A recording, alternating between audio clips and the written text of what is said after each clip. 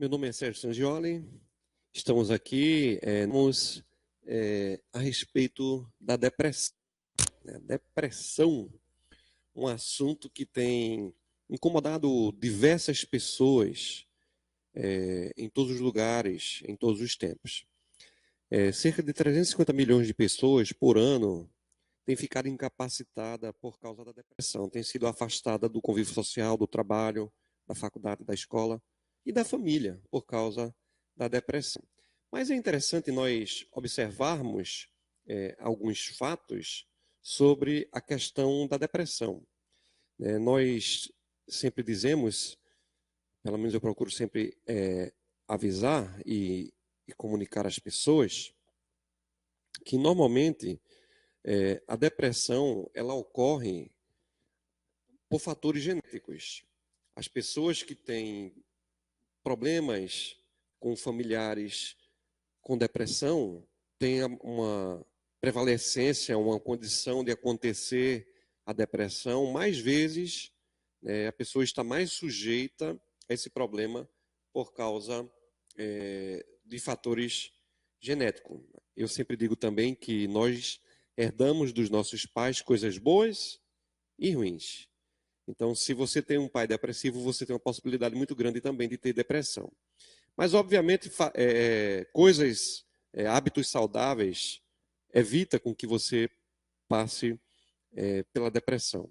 A depressão também, com o transtorno depressivo maior, não é uma tristeza, que muitas vezes as pessoas confundem a depressão com a tristeza. Não tem a ver com a tristeza, mas tem a ver com um quadro persistente de tristeza. E a pessoa que antigamente gostava de fazer coisas, ela para de fazer as coisas que antes dava prazer a ela. Então, mas não é durante um dia ou dois.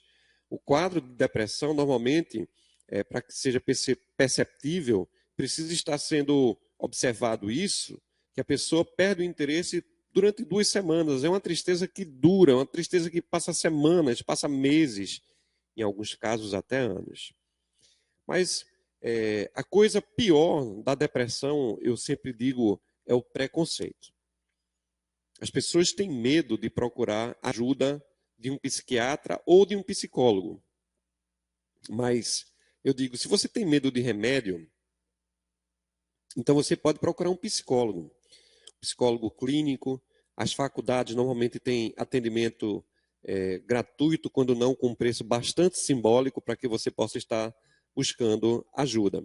Se você tem plano de saúde, você pode procurar agendar ali com o seu plano a terapia ou procurar um posto de saúde onde tenha tratamento psicológico. Mas olha, eu quero te dizer também que essa tristeza que a gente fala da depressão, né, como eu falei, o preconceito é a pior arma, a vergonha, o medo de se expor e de admitir que nós somos falhos e que temos limitações, se instala muito nas pessoas.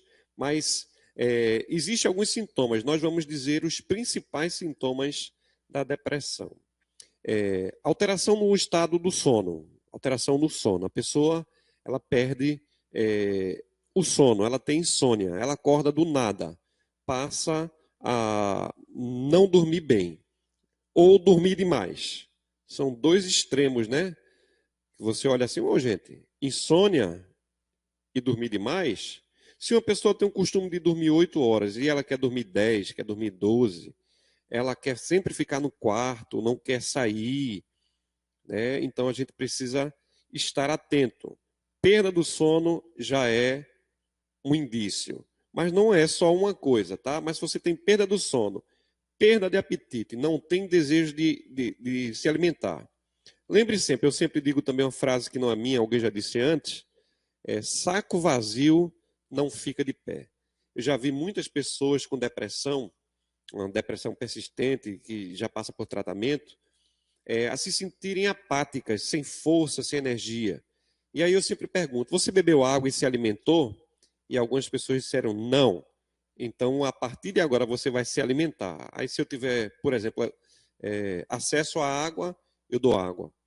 Né? Se eu estiver na casa da pessoa e tiver um alimento, eu faço com que essa pessoa se alimente.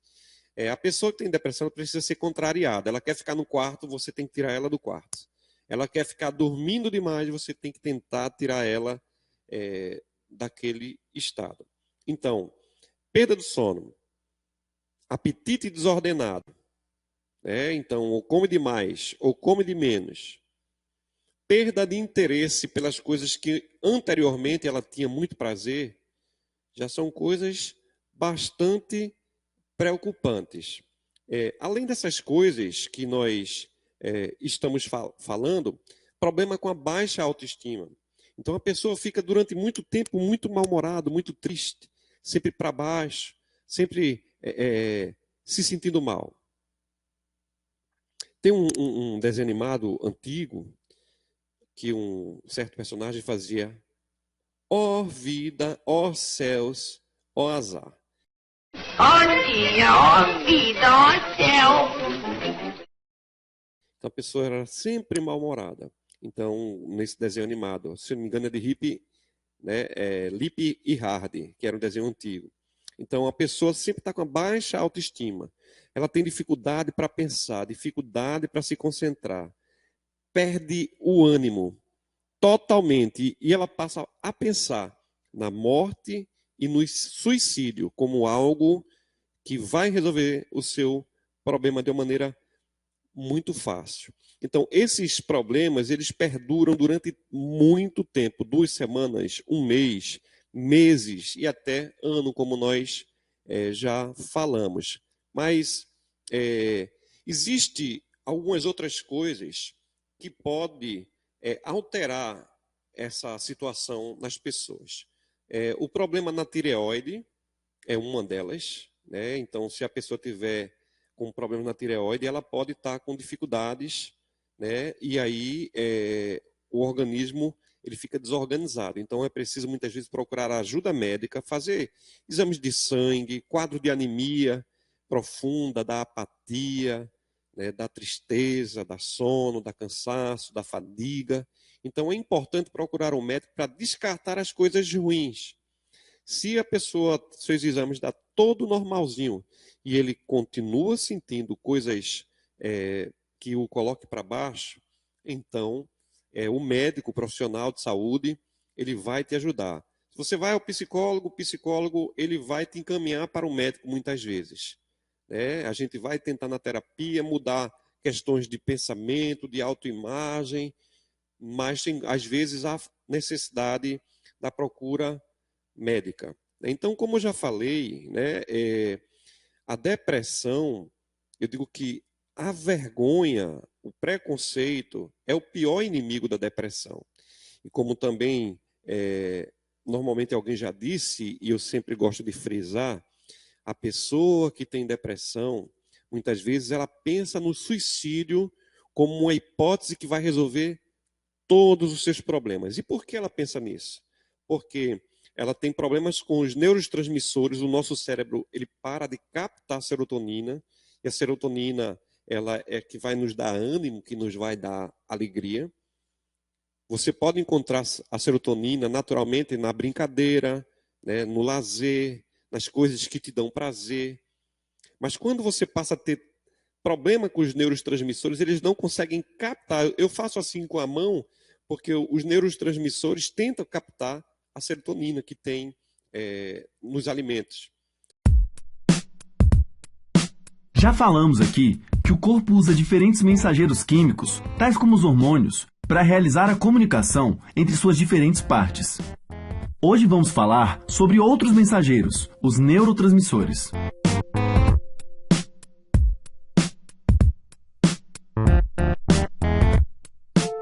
As principais diferenças entre os mensageiros químicos são onde eles são produzidos e por onde circulam no corpo. Hormônios são produzidos principalmente pelas glândulas, enquanto neurotransmissores são produzidos nos neurônios. Além disso, enquanto hormônios percorrem distâncias maiores no corpo pela corrente sanguínea, neurotransmissores percorrem distâncias curtas e permitem que neurônios se comuniquem. Os neurônios se comunicam sem se encostar. Entre eles, sempre existe um pequeno espaço conhecido como sinapse. A maior parte das sinapses no sistema nervoso são sinapses químicas. Nelas, quando o sinal elétrico passando por um neurônio atinge o terminal pré-sináptico, um ou mais neurotransmissores podem ser liberados na sinapse. A partir daí, existem receptores pós-sinápticos no outro neurônio com os quais os neurotransmissores se ligam. Chamamos esse processo todo de transmissão sináptica. A partir dessa transmissão, uma série de outras reações ocorrem até que um novo sinal elétrico seja gerado no neurônio seguinte e então o ciclo se repete até que o impulso elétrico chegue onde deveria. Conhecemos atualmente mais de 100 neurotransmissores e alguns dos mais conhecidos são a acetilcolina, a dopamina, a epinefrina, o glutamato, o GABA e a serotonina. Muitas drogas impactam o sistema nervoso, alterando a atividade desses neurotransmissores de várias formas. As drogas podem afetar a produção, o armazenamento, a liberação ou a desativação de neurotransmissores. Também podem bloquear os receptores ou conseguir se ligar a eles por serem parecidos com os neurotransmissores. Esse é o caso do THC presente na maconha. Ele consegue se ligar aos receptores canabinoides do nosso cérebro por possuir uma estrutura química parecida o suficiente com a de neurotransmissores como a anandamida, uma espécie de maconha que todo mundo produz naturalmente. Problemas relacionados aos neurotransmissores podem resultar em cansaço, insônia, ganho de peso, ansiedade, prejuízos cognitivos e muitas outras coisas. Por exemplo, muitos pesquisadores acreditam que a dopamina possui um papel importante na esquizofrenia. Tanto que quando alguém com esse diagnóstico consome medicamentos antipsicóticos que bloqueiam receptores de dopamina, sintomas como alucinações tendem a diminuir. Outra situação problemática é a encontrada no botulismo alimentar. Essa doença neuroparalítica ocorre quando alguém consome alimentos conservados de forma inadequada e contaminados. Isso pode ocorrer em conservas vegetais, tais como palmito e picles, além de produtos cárneos cozidos e pescados. Nessa doença, a bactéria Clostridium botulinum produz uma toxina que ataca certas proteínas importantes para que ocorra a liberação de neurotransmissores na sinapse. Uma consequência disso é que a liberação de neurotransmissores é dificultada e a pessoa pode ficar paralisada. Apesar de hoje em dia conhecermos a importância dos neurotransmissores, a verdade é que ainda não entendemos muito bem várias coisas sobre como os neurotransmissores funcionam e impactam as nossas mentes e comportamentos. Ainda temos muito que aprender. E aí, gostou do vídeo? Se gosta do nosso conteúdo e quer nos ajudar a crescer, conheça nossas campanhas no Patreon e no Apoia-se. Descubra como pode ganhar ilustrações e ficar por dentro dos bastidores do canal enquanto nos ajuda a levar a ciência para mais gente. Se gostou do vídeo, curta, compartilhe nosso vídeo e se inscreva no nosso canal.